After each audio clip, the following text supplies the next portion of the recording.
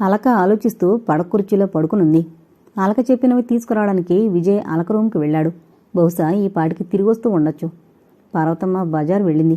కూరలు తీసుకుని వస్తూ వెచ్చాలు కూడా తీసుకొస్తాను, బజార్లో కాస్త ఆలస్యం కావచ్చు అని ముందే చెప్పి వెళ్ళింది.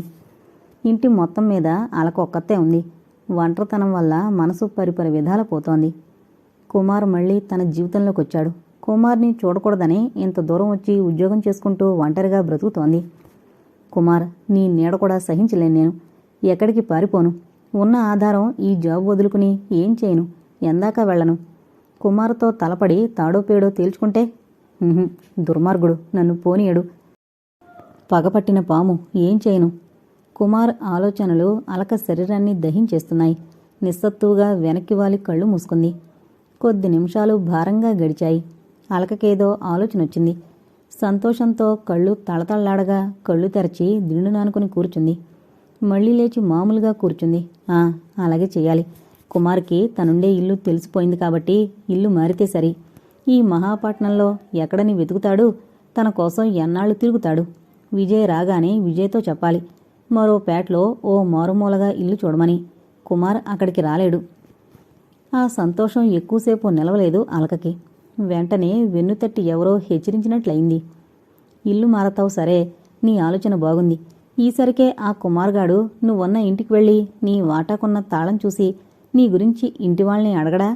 వాళ్ళకి విజయ్ అడ్రస్ తెలీదు, కానీ నువ్వు ఎక్కడ జాబ్ చేస్తున్నావో వాళ్ళు చెప్పరా? ఆఫీసు దగ్గర కుమార్ నీ కోసం కాపలా కాయడా?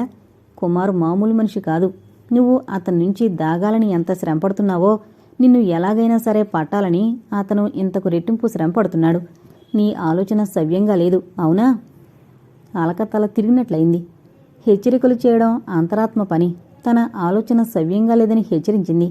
నిజమే, కుమార్ ఈసరికే ఆఫీసు వద్ద కాపలా కాస్తుంటాడు. తన జీవనాధారం, తన జీవితం. ఓహ్ భగవంతుడా, అన్ని దారులు మూసేశావా? అలక బాధతో కణతలు నొక్కుంటూ ఉండిపోయింది. విజయ్ తనని రక్షించగలడు, కానీ ఈ విషయం, ఈ ఘోరం పెదవి విప్పి విజయ్తో తానెలా చెప్పగలదు? తన జీవితంలో అటు కుమార్, ఇటు విజయ్, ఎవరినీ తను భరించలేదు. ఏదీ తను తట్టుకోలేదు. ఇంతకన్నా గుక్కెడు విషం పుచ్చుకుని చావడం తేలిక. విజయ్, నువ్వెందుకు నా జీవితంలో ప్రవేశించాలి? నా మనసుని అల్లకల్లోలపరిచి పాతగాయాన్ని మానిపావా, రేపావా? ఇందులో నీ తప్పులేదు విజయ్, పూర్తిగా నాది. ఆ రోజు వర్షంలో తడుస్తున్నావే అనుకో, నాకెందుకు జాలి కలగాలి? అనుకోని అతిథి రమ్మని తలుపులు తెరిచి ఆహ్వానించింది. విజయ్ చూపులకు, మాటలకు, చేతలకు తను మైమర్చి హృదయ కవాటాలను తెరిచి అక్కడికి ఆహ్వానించింది. ఇప్పుడు విజయ్ని కాదంటే కాదనగలదా? మరిచిపో అంటే అనగలదా? విషమ పరీక్షలంటూ అంటారే, అవి ఇలాంటివేనా? అలక కళ్ళ నిండుగా నీరు నిండి వర్షించడానికి సిద్ధంగా ఉంది. ఆంతరంగంలో అల్లకల్లోలం చేస్తున్న ఆలోచనలు తలనొప్పి తెప్పించాయి. రెండు చేతులతో బలంగా తల ఒత్తుకుంటూ ఉండిపోయింది. వీధి వాకిలి తలుపులు దగ్గరకేసున్నాయి. విజయ్ తలుపు తోసుకుని లోపలికొచ్చాడు. విజయ్ రావడం అలక గమనించలేదు. నీళ్లు నిండిన కళ్ళు గట్టిగా మూసుకోవడం వల్ల కళ్లల్లో నీరు బొగ్గల మీదుగా జారిపడి కళ్ళు, బొగ్గలు తడయ్యాయి. తలనొప్పి మళ్లీ వచ్చిందలక, తలంత గట్టిగా నొక్కుంటున్నావు? అలక దగ్గరగా వచ్చి విజయ్ అడిగాడు. విజయ్ రావడం గమనించని అలక విజయ్ మాట విని కంగారుపడి కళ్ళు తెరిచింది. విజయ్ కళ్ళపడ్డాయి. అలక కన్నీరు. అదేంటి, ఏడుస్తున్నావా? ఏమైందలక? చటుక్కున అలక భుజం పట్టుకుని ఊపుతూ అడిగాడు విజయ్. ఏడుస్తున్నావా అని ఎవరైనా అడిగితే ఇంకా ఏడుపు వస్తుంది. అలాగే అలక చేతుల్లో ముఖం దాచుకుని వెక్కిళ్ళు పెడుతూ అసహాయురాల్లా ఉండిపోయింది. ఏమైందలక? ఏం జరిగింది? ఎవరైనా వచ్చారా? ఎవరేమైనా అన్నారా? అలక దుఃఖం రెట్టింపైంది. విజయ్ నిస్సహాయుళ్లా చూస్తూ ఉండిపోయాడు. దుఃఖానికే నిస్సత్తువ ఆక్రమించుకోగా అలక కళ్ళు తుడుచుకుని ముఖం పక్కకు తిప్పుకుని మౌనంగా ఉండిపోయింది. బాగా తలనొప్పొచ్చింది అలక? అనునయంగా అడిగాడు విజయ్. ముక్తసరిగా ఊకొట్టి ఊరకుండిపోయింది అలక. ఆస్ప్రో ఇవ్వనా? డాక్టర్ని పిలవనా? వద్దు. మరెలా తగ్గుతుంది? మీరొచ్చారుగా, అదే తగ్గిపోతుంది. అలక నవ్వుతూ అంది. అలక నవ్వుతూ మాట్లాడుతోంది, కానీ ఆ నవ్వు సహజంగా లేదు. తెచ్చిపెట్టుకున్నట్లు తెలుస్తూనే ఉంది. విజయ్కి తెలియనట్లు తను నవ్వుతూ మాట్లాడుతున్నాడు. ఓ మరిచిపోయాను, నీ రూమ్కెళ్ళొచ్చాను. రూమ్లో 2 లెటర్స్ పడున్నాయి అన్నాడు విజయ్ జేబులోంచి లెటర్స్ తీస్తూ. ఇంకో మాట మరిచిపోయాను. నీకోసం ఒకతను వచ్చాడట, ఇంటి వాళ్ళని నీ గురించి అడిగాడట అని అలక మంచం పక్కనే ఉన్న చిన్న బల మీద కవరు, ఇన్లాండ్ కవరు ఉంచాడు. విజయ్ మాటలు వింటూనే అలక గతుక్కుమంది. లెటర్స్ తీసుకోలేదు. వచ్చింది కుమారే అయి ఉంటాడని అనుమానంతో నిలువెల్లా వణుకురాగా పేదాలు బిగబట్టి ఉండిపోయింది. లెటర్స్ చదువు అలకని పరీక్షగా చూస్తూ అడిగాడు విజయ్. విజయ్ అన్నది వినిపించుకోలేదు అలక. మా ఇంటిగల వాళ్ళు వచ్చిన అతని గురించి ఏమైనా చెప్పారా? చెప్పారు. ఏమని? ఆతృతగా అడిగింది అలక. 2 రోజులు బట్టి వస్తున్నాను, తలుపుకి తాళం ఉంది, నువ్వెక్కడికెళ్ళావని అడిగాడట. జ్వరం వచ్చింది, ఎవరో తెలిసిన స్నేహితులింటికెళ్ళిందని చెప్పారట. అడ్రస్ అడిగితే నా అడ్రస్ తెలియక చెప్పలేదట. ఏంటేంటో వివరాలు అడిగాడట అంటూ ఆగాడు విజయ్. ఏం చెప్పారట? కంగారు భయం మిళితం కాగా కంపిత స్వరంతో అడిగింది అలక. అతని ప్రశ్నలు చూస్తుంటే అనుమానం వచ్చిందట. అన్నింటికీ మాకు తెలియదని చెప్పారట. కానీ ఆఫీసు అడ్రస్ మాత్రం చెప్పేశారట. ఇలా జరుగుతుందని నేను ఊహిస్తూనే ఉన్నాను అని నిరాశగా నిస్సత్తుతో వెనక్కి దిండు మీద వాలిపోయి గట్టిగా కళ్ళు మూసుకుంది అలక. విచిత్రంగా ఉందే, ముందే ఊహించావా అలక? విజయ్ అడిగిన దానికి అలక జవాబివ్వలేదు. పొరపాటున పై కనేశాననుకుని తన్ని తాను దూషించుకుంది. అతనెవరు? అలక ముఖంలోకి పరీక్షగా చూస్తూ అడిగాడు విజయ్. అలక కళ్ళు తెరవలేదు. నాకు తెలీదు, బహుశా నన్ను తెలిసిన వారెవరైనా అయ్యుంటారు అంది. నీకోసం మీ అమ్మమ్మ ఎవరినైనా పంపించుండొచ్చుగా. నా కోసం ఎవరిని? అంతే, మా ఊరి నుంచి అమ్మమ్మ నాకు తెలిసిన వాడిని పంపించుంటుంది. నేను అలాగే అనుకున్నానులే, నమ్మినట్లుగా అన్నాడు విజయ్. అని ఊరుకుంది అలక. కానీ విజయ్ తన మాటలు నమ్మలేదని చక్కగా గుర్తించింది. తెలిసి చేసేదేం లేదు కాబట్టి మౌనం వహించింది. కొద్దిసేపు గదిలో మౌనం సామ్రాజ్యం చేసింది. మీ అమ్మమ్మ వద్ద నుంచి వచ్చిన లెటర్స్ చదవాలక అన్నాడు విజయ్. మీరే చదవండి, మూసుకున్న కళ్ళు తెరవకుండానే అంది అలక. నీ లెటర్స్ని చదవడం, అందులో రహస్యాలుండవు, మా అమ్మమ్మ చేదస్తం తప్ప. అయినా నేనే చదవమని చెబుతుండగా తప్పేముంది? సరే, మీ ఆజ్ఞ శిరసా వహించదా? విజయ్ నవ్వుతో అని ముందుగా ఇన్లాండ్ కవర్ ఓపెన్ చేశాడు. చిరంజీవి అమ్మడుకి అని చదివి అమ్మడెవరు అన్నాడు. ఎవరేమిటి, నేనే, ఎవరికి తోచినట్లు వారు ముద్దుగా పిలుస్తుంటారు చెప్పింది అలక. విజయ్ తల పంకించి లెటర్ పైకి చదివాడు. అమ్మమ్మగారి పేరు అరుంధతి. ఉత్తరం నిండా ఆపేక్ష, అనురాగం నింపారు. చలికి వాతం నొప్పులు ఎక్కువయ్యాయని, ఉదయం పూట లేచి నడవడం కష్టంగా ఉందని రాసింది. అలకని చూడాలనుందని, ఓ వారం రోజుల పాటు సెలవు పెట్టి వచ్చి వెళ్ళమని, అదని ఇదని ఇన్లాండ్ కవరంతా నింపి రాసింది. ఈ లెటర్లో చీమ దూరే సందు కూడా లేకుండా, మరో అక్షరం పట్టడానికి వీలు లేకుండా నింపేశారు మీ అమ్మమ్మ అన్నాడు విజయ్ ఇన్లాండ్ కవర్ మడత పెడుతూ. ఇది అమ్మమ్మ రాసిన లెటర్. ఆవిడదంతా పొదుపు, ప్రతి పని శుభ్రంగా చేయాలంటుంది. ఓసారి నేను కార్డు మీద క్షేమ సమాచారాలు 4 పంక్తులు రాశాను.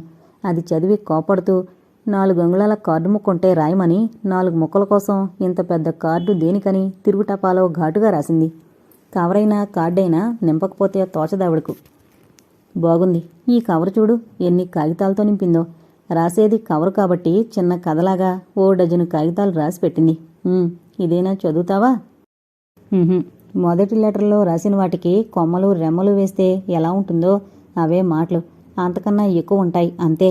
ఈ మధ్య లెటర్సు రాయలేదు కదా, తనే రాసేసి ఉంటుంది. నాకు చదివే ఓపిక లేదు. అది మీరే చదివేసి సంగతులు చెప్పండి చాలు. అలక మూసిన కళ్ళు తెరవకుండానే నిర్లిప్తంగా అంది. సరిగ్గా అప్పుడే పార్వతం వచ్చింది. విజయ్ చేతిలో కవర్ చూసి ఏంటది అంది. అలకకి లెటర్స్ వచ్చాయి. వాళ్ళ అమ్మమ్మ రాసింది. లెటర్ చదవడానికి బద్ధకమంట, చదివి వినిపిస్తున్నాను. అలక వైపు ఓరగా చూసి అన్నాడు విజయ్. పార్వతమ్మ మాటలు విని అలక కళ్ళు తెరిచి దిగ్గున మంచం మీద నుంచి లేచింది. ఆ ఉత్తరంలోని సంగతులు చదివి చెప్పండి బాబు. మొదట చదివిన దాంట్లో ఏం సంగతులున్నాయో అవే 2 సార్లుగా రాసి లెటర్ నింపుంటుంది. మా అమ్మమ్మ సంగతి చెప్పాగా అని పార్వతమ్మ వంటింట్లోకి వెళుతుంటే వెనకనే వెళ్ళింది అలక. అలక వెళ్లడంతో విజయ్కి లెటర్ చదవాలనిపించలేదు. పక్కనే స్టూల్పై ఇన్లాండ్ కవరు పడేశాడు. దానిపై కవరు పడేయబోతూ చటుక్కున ఆగిపోయాడు. 2 కవర్ల మీద రాసిన అలక అడ్రస్ ఒకటే గాని రైటింగ్లో మార్పు ఉంది. ముందు ఈ విషయం అలకకి చెబుదామా అనుకుని ఆపై ఆలోచించి విరమించుకున్నాడు. కవరు ఓపెన్ చేశాడు ఓ నిశ్చయానికొచ్చి. కవర్లో 1-2 కాగితాలు మడతపెట్టి లేవు. ఏ రచయితో ఎడిటర్కి కథ పంపినట్లు 1/2 కాగితాలు నిండున్నాయి. విజయ్ కుతూహలంతో ఏకబిగిన అన్ని కాగితాలు చదివాడు. అలక వంటగదిలోంచి బయటికి రాలేదు. తన కోసం వచ్చింది కుమార్ అని గ్రహించింది.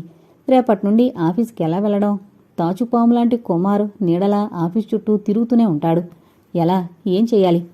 అన్యమనస్కంగా ఆలోచిస్తూ పార్వతమ్మ చెప్పేది వింటూ ఊకొడుతోంది. అలక వంటింట్లోంచి రాకపోవడం వల్ల విజయ్ మళ్లీ మళ్లీ ఆ లెటర్లోని కాగితాలు చదివాడు. లెటర్ వచ్చింది గోపాలపురం నుంచి. రాసింది శ్రీదేవి అనే ఆవిడ. విజయ్కి లెటరు ఎన్నిసార్లు చదివినా అర్థమయ్యి కానట్లే ఉంది. ముందు అయోమయంలో పడిపోయాడు. ఆలోచించగా గాఢాంధకారంలో ఉన్నవాడికి ఆశాకిరణంలా చిన్న వెలుగు కనిపించింది. కవర్లు 2 దాచేసి వంటగది వైపు నడిచాడు విజయ్. మీ అమ్మమ్మకి చాదస్తం బాగానే ఉంది. నువ్వు చెప్పింది నిజమే అలక. రాసిందే రాసి కాగితాలు నింపేసింది. లెటర్లో కొత్త విషయం ఏమీ లేదు అన్నాడు విజయ్ వంటగది గుమ్మంలో నుంచుని చెయ్యి అటొకటి ఇటొకటి వేసి ఆనుకొని. అలక వంచిన తలెత్తకుండా నాకు తెలుసు అంది ముక్తసరిగా. నువ్వు ఇదే మాట అంటావని నాకు తెలుసు అన్నాడు విజయ్ గూఢార్థంతో. అలక వంచిన తల ఓసారి పైకెత్తి విజయ్ని చూసింది.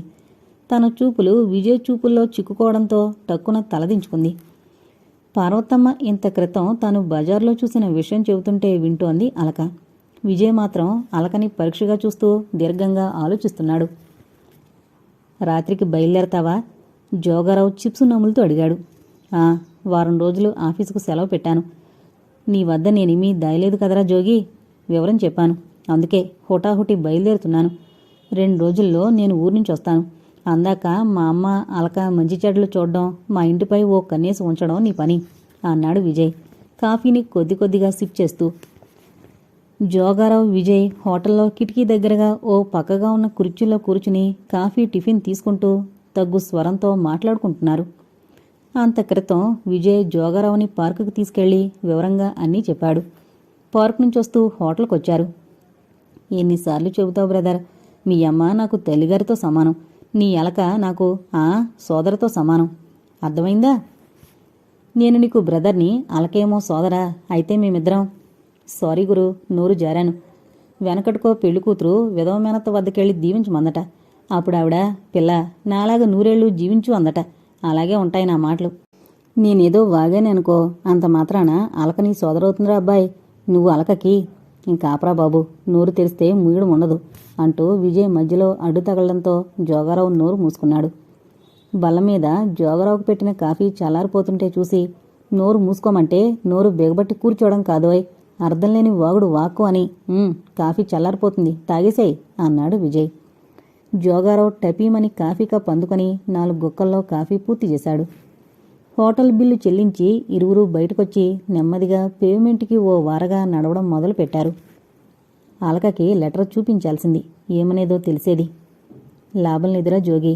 లెటర్లో విషయాలు చూస్తే సీరియస్గా ఉన్నాయి. అలకని అడిగాననుకో, ఏదో చెప్పి దాచొచ్చు. మొండిగా నా విషయాలు దేనికని కోపగించుకొని వచ్చు. మంచి చెడు అమ్మతో ఎలాగూ సంప్రదించాగా. అమ్మ ఏమంది? అలకని మనింట్లో పిల్లగానే భావిస్తున్నాం. మనలో ఓ మనిషిగా ఉండడానికి అలకకిష్టమే, కానీ ఏదో దాస్తోంది. ఆ భయంకర రహస్యం ఏదో గాని అలక మనకి దూరంగా ఉండడానికి ప్రయత్నిస్తోంది. తనంతట తాను చెప్పక, మనం తెలుసుకోక ఈ దాగుడు మూతల ప్రయోజనం ఏంటి అంది. అమ్మ ఇలా అండమేగాక నన్ను ఊరెళ్ళమని ప్రోత్సహించింది. అందరికీ ఇంత మంచి అమ్మ ఉండదు విజయ్, పార్వతమ్మని తలుచుకునన్నాడు జోగారావు. నిజమే, అమ్మ నాన్నగారిది ప్రేమ వివాహం. మొదట ప్రేమించుకుని పెద్దల అనుమతి లేక కొన్ని బాధలు పడి అడ్డంకులు ఛేదించుకుని పెళ్లి చేసుకున్నారు. ప్రేమ విషయం అమ్మకి తెలుసు. ఈ ప్రేమ కథల విషయాల్లో సామ్రాజ్యాలు వదులుకున్నవాళ్లు, పతనమైన వాళ్ళు, సామాన్యులు, విషాదాలు తెలిసిందే. అమ్మ ఈ కథలని కొన్నాళ్ల క్రితం నుంచి నా ముందు ఎత్తుతోంది. కారణం, నాకు అలకకు మధ్యున్న స్నేహం కావచ్చు. ప్రేమించుకుని వివాహం చేసుకుంటే పర్వాలేదు. ప్రేమించుకుని మధ్యలో ఆఘాతాలు ఏర్పడి విడిపోతే అంతకుమించి నరకం వేరే లేదు. తన బిడ్డ జీవితం అలా కాకుండా ఉండాలనే అమ్మ ఆరాటం. అమ్మ ముందు నాకెలాంటి రహస్యాలు లేవు. తల్లి కొడుకులమే కాదు, మంచి స్నేహితులం కూడా. ఈ విషయం నీకు తెలిసిందేగా జోగి. తెలుసన్నట్టు తల ఊపాడు జోగారావు. నా వైపు నుంచి అమ్మకి ఎటువంటి అభ్యంతరం లేదు. అలకంటే ఎంతో ఇష్టం. కానీ అలక ముందడుగు వేయకపోవడం, దేనికో భయపడ్డం ఎందుకు అర్థం కావడం లేదు. అలకకి నేనంటే ఇష్టం, నాకు అలకంటే ఇష్టం. నాదన్న మనిషిగా ఎప్పుడో నిర్ణయానికొచ్చాను. కాబట్టి అలక మంచి చెడ్డ నే స్వయంగా చూసుకోవడంలో తప్పులేదు. ఏమంటావ్? నిజమే. ఈ ముసుగులో గుద్దులాట ఎన్నాళ్ళు? నువ్వు తెగించి ముందుకు అడుగు వేయడమే మంచిది. కానీ విజయ్. అడుగు. ఆగిపోయావేం? నీకు కోపం వస్తుందేమోనని. అంత కోపం వచ్చే విషయమా? కోపమంటే కోపమని కాకపోయినా మనసు నొప్పించిన వాడిని అవుతానేమోనని. ఓరిని అనుమానం మొగడా, నేనేం అనుకోను, అడిగేసేయ్. అలక అంతగా దాచే రహస్యం వెనక భయంకర గాథ ఉండొచ్చు. నిజం తెలుసుకున్న నువ్వు అలకని. జోగారావు మాట పూర్తి కాకముందే పెళ్ళుని నవ్వి జోగారావు వీపు మీద చెరిచాడు విజయ్. నిజం నిప్పులాంటిది. ఈ రోజు కాకపోయినా రేపైనా బయటపడుతుంది. ఈ విషయం అలకకి తెలుసు కాబట్టే నన్ను ప్రేమించి దూరంగా ఉంటోంది. దాచి మోసగించి దగ్గరకు రావడం లేదు. భయమే గాని మోసం లేదని తెలిసి ఆ భయాన్ని పారదోలడానికే నా ఈ ప్రయత్నం. నిజం తెలిస్తే అలక నాకు దగ్గరవుతుంది కానీ దూరం కాదు. నా నమ్మకం నన్ను మోసగించదు గంభీరంగా అన్నాడు. Very good. నాకు కావలసిందదే. చంచల నేను దగ్గరయ్యాం. మా పెళ్లి ఇంకో నెలలో ఉంది. చంచల స్నేహితురాలు అలక, నా స్నేహితుడు నువ్వు ఇద్దరూ మాతో పాటు ఒక ఇంటివారైతే నలుగురం కలిసి హనీమూన్ వెళ్లొచ్చు. మనసులో మాట చెప్పాడు జోగారావు. అంతేనా కోరిక?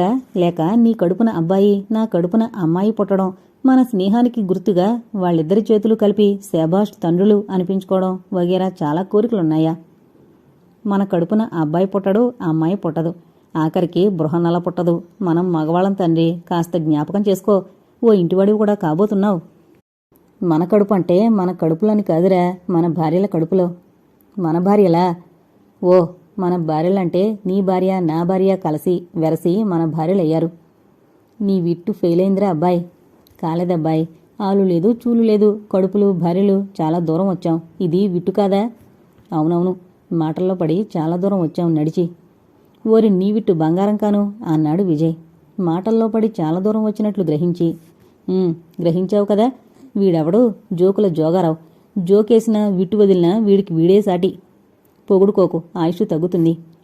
చెట్టంత మనిషివి నువ్వు పొగడక నాకు నేనే పొగుడుకోక ఏం చెయ్యాలి? అరవకు, ఇది బజారు, నలుగురు మూగుతారు. ఇంటికెళదాం పదా. అమ్మచేత నువ్వు ఇంద్రుడివి చంద్రుడివి అని పొగిడిస్తాను. ఓఎస్, అంతకంటేనా? పద పద, దారి మళ్ళిద్దాం అన్నాడు జోగారావు. మాట్లాడుకుంటూ నడిచి ఇంటికొచ్చారు జోగారావు విజయ్. ముందుగా విజయ్ అలక అమ్మమ్మ అరుంధతమ్ముండే నెమలపురం వెళ్లి తన్ని తాను పరిచయం చేసుకుని ఆవిడ్ని కలుసుకున్నాడు. అరుంధతమ్మ తాతలనాడు కట్టించిన చిన్న పాత పెంకింట్లో ఉంటోంది. 60 ఏళ్లు దాటిన మనిషి. కానీ ఏ 80ో పళ్ళలో ఉన్నదానిలాగానూ ఉంది. జీవితంలో ఎన్నో ఎదురుదెబ్బలు తిని అనుభవాల తాలూకా గుర్తులు ముఖం మీద ముడతల్లో దోబుచులాడుతుండగా గాలికి అల్లల్లాడే ఎండు గడ్డి పరకలా ఉంది. విజయ్ అరుంధతమ్మ ద్వారా ఎన్నో విషయాలు తెలుసుకున్నాడు. మొదట ఆవిడ ఎంత గుమ్మరంగా ఉందో ఆపై అంతగా మాట్లాడింది. విజయ్ తానొచ్చిన పని చెప్పి అరుంధతమ్మకి తగిన సలహా ఇచ్చి తానేం చేయబోతోంది చెప్పి అక్కడి నుంచి బయలుదేరాడు. విజయ్ గోపాలపురం చేరేటప్పటికి మధ్యాహ్నం 2 దాటింది. గోపాలపురంకి బస్సులు తప్ప ట్రైన్స్ లేవు. గోపాలపురంలో శ్రీదేవి ఇల్లు కొనుక్కోవడం ఏమంత కష్టం కాలేదు. నెమలిపురం చిన్న పల్లెటూరు. గోపాలపురం అలా కాదు. పల్లెటూరులో పెద్దది ఎలక్ట్రిసిటీ ఉంది. కొన్ని డాబాలు, ఓ టూరిస్టు సినిమా హాలు, అక్కడక్కడ హోటల్సు అనబడే రేకుల షెడ్లు. ఆ ఊరు పాత కొత్త మేలు కలయికలా ఉంది. శ్రీదేవి ఉండేది మేడ. చుట్టూ ఖాళీ స్థలం. మేడ చుట్టూ ఎత్తైన కాంపౌండు, వాకిలికి పెద్ద గేటు. అటు గేటు పక్కన పెద్ద వేప చెట్లు. ఇప్పుడేమో గాని ఓనాటి రాజసం ఉట్టిపడుతోంది. జమీందార్ల కొంపలా ఉంది. ఆ మేడ ద్వారానికి 2 వైపులా సింహం బొమ్మలు. గోడలకి రంగుల లతలు. పాతకాలం నాటి బొమ్మల మేళ్లా ఉంది. విజయ్ తనకు కావలసింది అదే మేడని తెలుసుకుని గేటు వద్దకొచ్చి తదేకంగా చూస్తూ నుంచున్నాడు. ఎంత ఇంట్లో మనుషులున్న అలికిడి లేదేంటి? శ్రీదేవి ఉందా? ఉంటే ఆవిడ తీరు ఎలా ఉంటుంది? తనతో మాట్లాడుతుందా? ఎన్నో ఆలోచనలు విజయ్ని కలవర పెడుతున్నాయి. నుంచుని లాభం లేదని గేటు తీసుకుని లోపలికెళ్ళాడు. తలుపు తట్టి ఏమండి అని పిలిచాడు. ఎవరూ పలకలేదు. ఈ ఇంట్లో మనుషులకు బదులు పిశాచాలకు కాపురం లేవు కదా అనుకొని మరోసారి గట్టిగా తలుపు తట్టి పిలిచాడు. లోపల నుంచి ఎవరో వస్తున్న అడుగుల సవ్వడి వినవచ్చింది. విజయ్ ముఖం వికసించింది. అమ్మయ్యా అనుకున్నాడు. కిర్రుమని శబ్దం చేస్తూ తలుపులు తెరచుకున్నాయి. ముసలతను బహుశా నౌకరై ఉండొచ్చు. తలుపు తీసింది అతను. గుమ్మం బయటున్న కొత్త మనిషి విజయ్ని చూసి ఏంటి ఎవరు కావాలి అన్నట్లు నొసలు ముడివేశాడు. పెదవి కదపలేదు. ఇల్లు శ్రీదేవి గారిదని చెప్పారు. శ్రీదేవి గారి కోసం వచ్చాను. వారు లోపలున్నారా? అడగవలసింది చకచక అడిగేశాడు. అమ్మగారి కోసం వచ్చారా? మీరెవరు అన్నాడు ముసలతను. ఇతను నౌకరన్నమాట అనుకున్నాడు విజయ్. వెంటనే నా పేరు విజయ్ భాస్కర్. నన్నెప్పుడూ మీ అమ్మగారు చూడలేదు. మాట్లాడవలసిన పనిబడి విజయవాడ నుంచి వచ్చాను. లోపలికెళ్ళి చెబితే అంటూ ఆగిపోయాడు. నౌకరు తల పంకించి లోపలికెళ్ళి ఓ పక్కగా ఉన్న మెట్లెక్కి పైకి వెళ్ళాడు. విజయ్ గుమ్మం బయటనే నుంచుండిపోయాడు. 10 నిమిషాల తర్వాత నౌకరు తిరిగొచ్చాడు. ఎవరి ద్వారా వచ్చారు? ఏం అవసరం? ఏం మాట్లాడాలి? అన్నీ అమ్మగారు కనుకు రమ్మన్నారు. విజయ్ విజయవాడ సంగతి 2 ముక్కలు చెప్పి అరుంధత్తమ్మ వద్దకు వెళ్లి వస్తున్న సంగతి చెప్పి నౌకర్ని మళ్లీ లోపలికి పంపించాడు. ఇదేం విచిత్రం మనుషులు, శ్రీదేవి గారికి ఘోష ఉందా? ఈ లంకంత కొంపలో అలికిడే లేదు అనుకుంటూ ఉండగా నౌకరు తిరిగొచ్చాడు. అమ్మగారు పైకి రమ్మన్నారు, రండి బాబు. వినయంగా తలుపు పూర్తిగా తెరిచి ఓ పక్కగా ఒదిగి చెప్పాడు నౌకరు. విజయ్ తల పంకించి లోపలికి అడుగు పెట్టాడు. ముందు నౌకరు, వెనక విజయ్ మేడమెట్లెక్కి పైన కొన్ని గదులు దాటి ఓ గది ముందుకొచ్చి ఆగారు. గది తలుపులు తెరిచే ఉన్నాయి. తలుపులు తెరిచున్న సిల్క్ కర్టెన్ అడ్డం ఉండడం వల్ల ఏమీ కనపడ్డం లేదు. అమ్మగారు రమ్మంటారా? నౌకరు అడిగాడు గుమ్మం బయటనుంచి. వెంటనే రండి బాబు, లోపలికి అమ్మగారు దయచేయమన్నారు అని చెప్పాడు. విజయ్కి ఆశ్చర్యం కలిగింది. గది లోపల నుండి రమ్మని పిలిచిన స్వరం వినపడలేదు, అలికిళ్ళలేదు. తనకి వినపడకుండా నౌకరికి వినపడిందా? వింతగానే ఉంది అనుకున్నాడు. నౌకరు కర్టెన్ తొలగించి పట్టుకున్నాడు. విజయ్ లోపలికి అడుగుపెట్టి ఆగిపోయాడు. గది లోపల పూర్వ వైభోగం చాటుతూ ఖరీదైన మంచం, వాలు కుర్చీ, కూర్చోవడానికి నగిషీలు చెక్కిన మరో కుర్చీ, రౌండు టేబుల్, గోడలకి అద్దాల బీరువాలు. పూర్వం అద్దాలు గల గాజు బుడ్లలో కొవ్వొత్తులు వెలిగించేవారనే నిదర్శనానికి గోడలకి గుత్తులుగా అమర్చిన గాజు బుడ్లున్నాయి. ఉన్న ట్యూబ్లైట్ వల్ల కరెంటు పెట్టించారని తెలుస్తూనే ఉంది. పాత కొత్త మేలు కలయికల ఆ గదుంది. అదేం గమనించలేదు విజయ్. వాలు కుర్చీలో దిండు కానుకొని అటు పడుకున్న విధంగానూ కాక ఇటు కూర్చున్న విధంగానూ కాక ఏటవాలుగా కూర్చున్న స్త్రీమూర్తి మీద విజయ్ చూపులు నిలిచాయి. కుర్చీలో ఉంది శ్రీదేవి. మనిషి నిరాడంబరంగా ఉన్న అందం, రాచటీవీ లాంటి ఓ రకమైన హుందాతనం మోముయందు కానువస్తున్నాయి. తలకట్టు నెరవలేదు, కానీ నీలి నీడలు ముద్రలుగా పడి లోపలకు పీకుపోయిన కళ్ళు. ఆ కళ్ళల్లో అంతు దొరకని బాధ తాలూకా గుర్తు. శరీరం మొత్తం గాలించిన చుక్క రక్తం లేనట్లు తెల్లగా పాలిపోయిన శరీరం. ఆమె అనారోగ్యంగా ఉందని తెలుస్తోంది. శ్రీదేవిని చూడంగానే విజయ్ కళ్ళు ఆశ్చర్యంతో పెద్దవయ్యాయి. నోట మాట రానివాళ్ల, మూగగా, చైతన్యం లేనట్లు శిల్పంలా పాదాలు నేల కంటుకుపోగా కళ్ళప్పగించి శ్రీదేవిపై నుండి చూపులు మరల్చకుండా గుమ్మం వద్దనే నుంచుండిపోయాడు. రాబాబు, ఇలా వచ్చి కూర్చో, కుర్చీ చూపిస్తూ అంది శ్రీదేవి. వెళ్ళి కూర్చోండి బాబు అన్నాడు నౌకరు వెంటనే. ఇందాక గదిలోంచి మాట ఎందుకు వినపడలేదో అర్థమైంది విజయ్కి. శ్రీదేవి కంఠస్వరం కంగున వినరావడం లేదు, అలా అని మామూలుగానూ లేదు. ఆమె స్వరం నూతులోంచి వస్తున్నట్లు వినిపించింది. విజయ్ తెప్పరిల్లి శ్రీదేవి మీద నుంచి చూపులు మరల్చుకుని నమస్కారం పెట్టాడు. వెళ్ళి కుర్చీలో కూర్చున్నాడు. ఒక్క నిమిషం మౌనం సామ్రాజ్యం చేసింది. ఎవరు ముందుగా ఏమని మాట్లాడాలో విజయ్కి తెలియలేదు, శ్రీదేవికి తెలియలేదు. ఒక అపరిచిత వ్యక్తి విజయవాడ నుంచి వచ్చానని చెప్పగానే అతన్ని తన గదిలోకి రమ్మని ఆహ్వానించడం అవసరమా అని తర్జన భర్జన పడుతూనే రావచ్చని నౌకరు ద్వారా ఆహ్వానించింది.